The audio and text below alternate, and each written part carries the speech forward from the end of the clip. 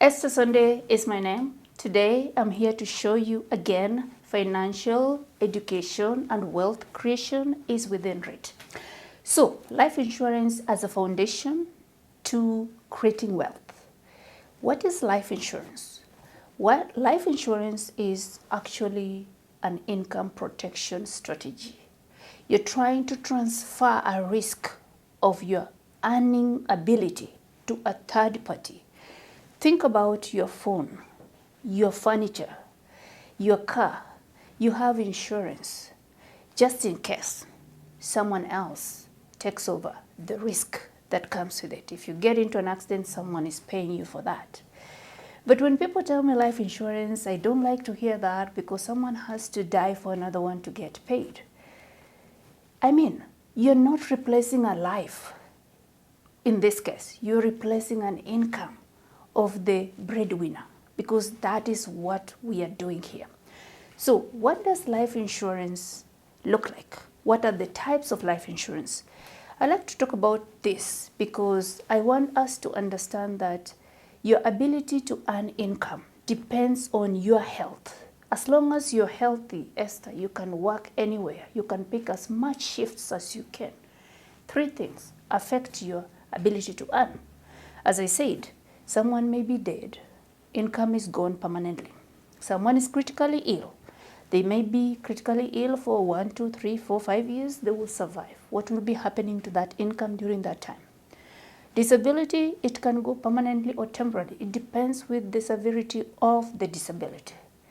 Now, having established that, we want to now think about what type of life insurance do you actually need? Types of life insurance. First one is when you're renting life insurance. When you rent life insurance, we call it term insurance. Term insurance is an ability for you to transfer your income earning ability to a third party temporarily, maybe for 10 years, 20 years, or 30 years, depending on your age and your need. When you do that, it's very cheap, but it could turn out to be very expensive in the long run. Why is it expensive in the long run? Let's say I get term today. I'm 20 years old. $1 million of coverage, I pay $50, for example. After 20 years, I don't have any more coverage. It expired. I have to come back and renew or convert it. That time, it will depend with my age and my current health status. So the money I paid for the first 20 years or 10 years is gone and it's not coming back. The insurance company thinks that if something was happening during that period of time, my family would have gotten my income replacement during that period of time. So it's temporary coverage. It's better to have something than not have something. But here's the thing. Always remember, when you have a term insurance, make sure you understand it can be renewed or converted. Because the fact that you're not able to afford a permanent plan does not mean you have to wait. Make sure you start your plan today and make sure that plan is convertible and renewable. Things to watch when you're having a term insurance. Is it increasing? Because sometimes, depending on the plan you have, you may have an increasing term plan where the premiums go up every year. It becomes a shock to you every time it's changing. Very important to understand that. Second, you need to know term insurance does not beat inflation and reduce taxation. Because if you get 100,000 term insurance today, it will still be 100,000 after 20 years. So you need to know what 100,000 will cover today and what 100,000 will cover in 20 years. Having spoke about term, let's talk about the permanent part. Now that we understood that you can rent insurance, it's also good to understand that you can own insurance. Think about renting a house and ownership of a house. Now, because you're renting a house, for example, your rent is cheaper. You can renew a lease every year. You can decide to move out if you want to, but you actually don't have control when you're renting, because if your landlord decides to increase the rent, that's it. right? You have a choice to keep staying or move. Similarly, when you buy your own house, you're buying your own property. It's gonna cost you a little bit more than how it costed you when you were renting it. But the good news is, when you're having ownership, you possess it. It is yours for life. Permanent life insurance, it covers your life permanently. Whether you live 200 years, 100 years, 40 years, 20 years, it's permanently covering you. It's also important to understand, because it's covering you permanently, it's not cheap. It costs you money to protect your life permanently, to protect your income permanently. Other thing you need to understand, it has some savings. So there's a way you can leverage your life insurance if it's permanent to fund your lifestyle. Very important.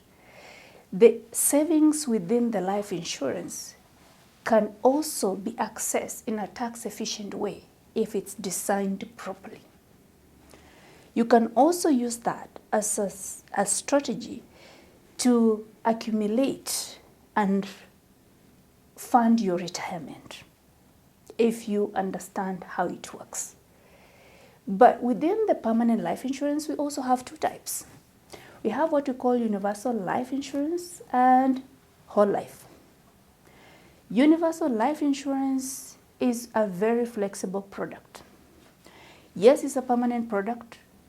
It pays capital gains because it depends on market performance.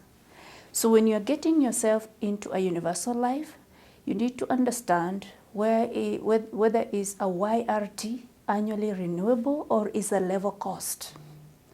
You also need to understand what is the minimum you need to put in.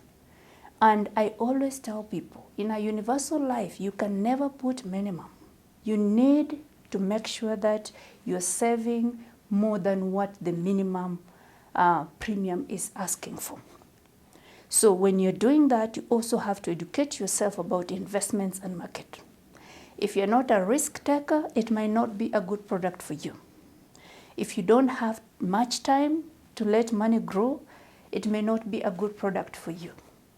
But I'm saying you have to make sure that you do your proper need analysis to understand whether this fits your needs or not. You can increase your payment, you can reduce your payments, and you can take premium holidays if you choose to. Remember, when you're doing those things, it affects the results you get in that plan.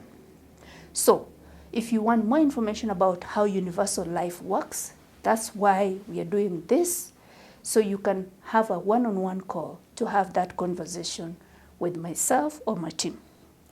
The second permanent life insurance is called whole life. Whole life has two parts. One is participating, which means it pays you dividends as the companies earn profits they share with their shareholders. So because you are in an insurance company that is mutually owned, you're part of the clientele base that receives profit from that company. So dividends are not guaranteed, but they're issued every year. When I say about dividends, make sure when you're doing a participating whole life, you understand the company you are getting yourself into has a track record of dividend paying in the past 20 or 30 years. You can look at a track record to understand how that has been. There is another non-participating whole life.